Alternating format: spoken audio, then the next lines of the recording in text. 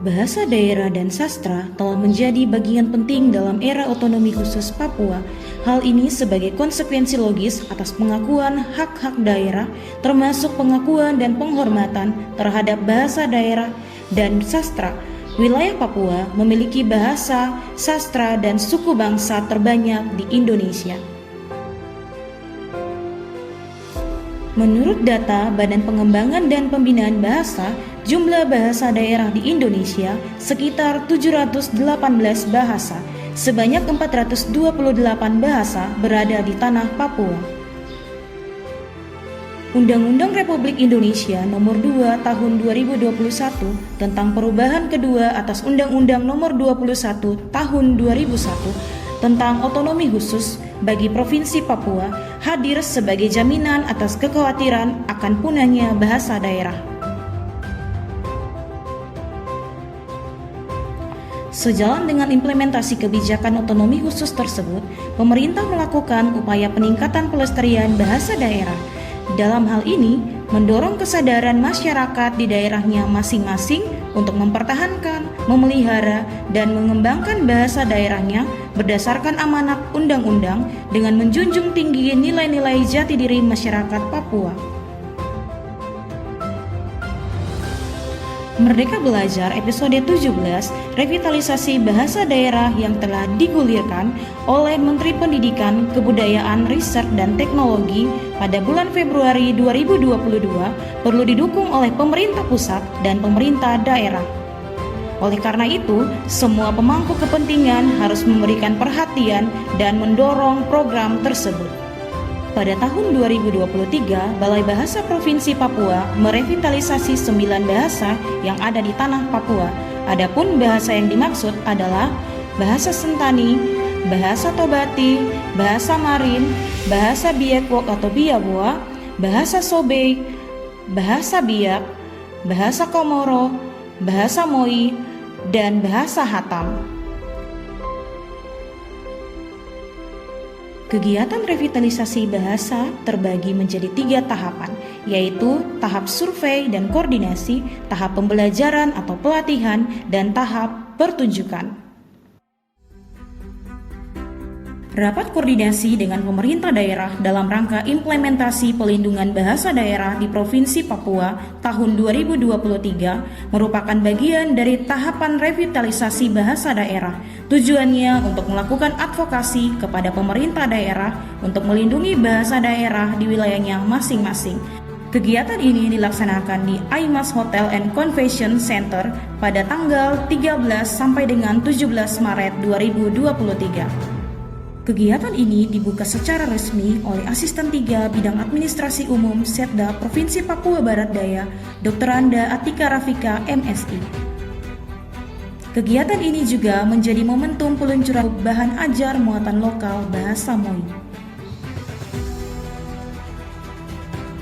Peserta pada kegiatan ini berjumlah 156 orang yang merupakan pemangku kepentingan yang berasal dari 9 kabupaten atau kota yang bahasanya menjadi sasaran revitalisasi bahasa daerah pada tahun 2023. Narasumber pada kegiatan ini adalah KKLP Pelindungan dan Pemodernan Bahasa dan Sastra Badan Bahasa Kemendikbudristek, Miranti Sudarmaji MA. Selanjutnya, anggota DPR RI Komisi 10 dan pemerhati bahasa daerah Robert J. Kardinal SAB. Kemudian ada staf ahli Komisi 10 DPR RI M. Kasifi Arsyan SIP MSOS.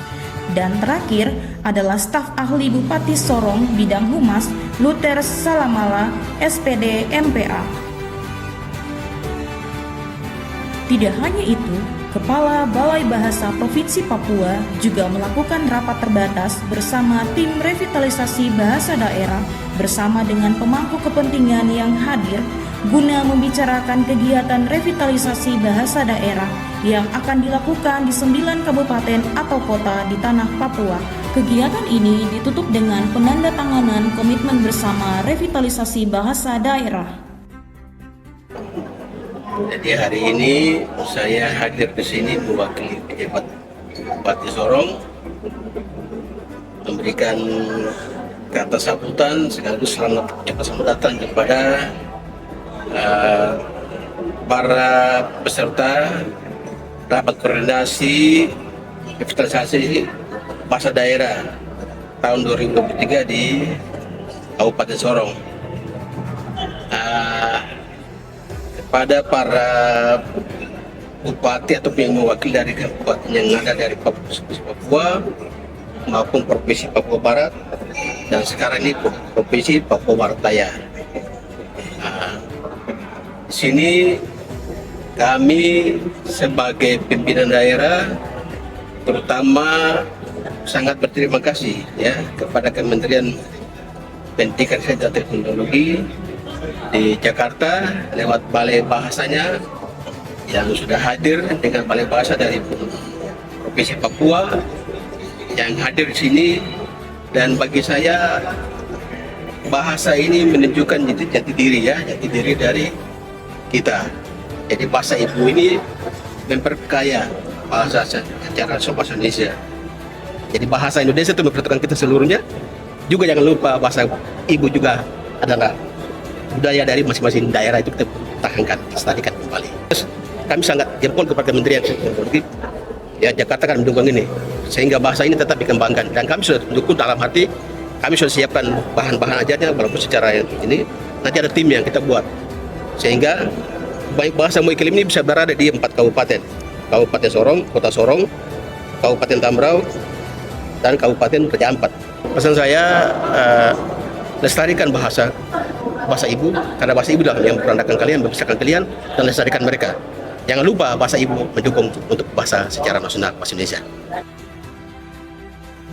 Semoga koordinasi revitalisasi bahasa ini akan menampakkan kembali wajah keindonesiaan kita melalui bahasa dan sastra, tidak hanya di tanah Papua, tetapi juga di seluruh pelosok negeri, dan menjadi sarana dan elemen penting untuk menggerakkan pembangunan bidang pendidikan dan kebudayaan, dan menjadi bagian dari strategi kebudayaan untuk memajukan bangsa, serta menjadi kebanggaan kita bersama pada masa lampau, masa kini, dan masa mendatang melalui revitalisasi bahasa daerah.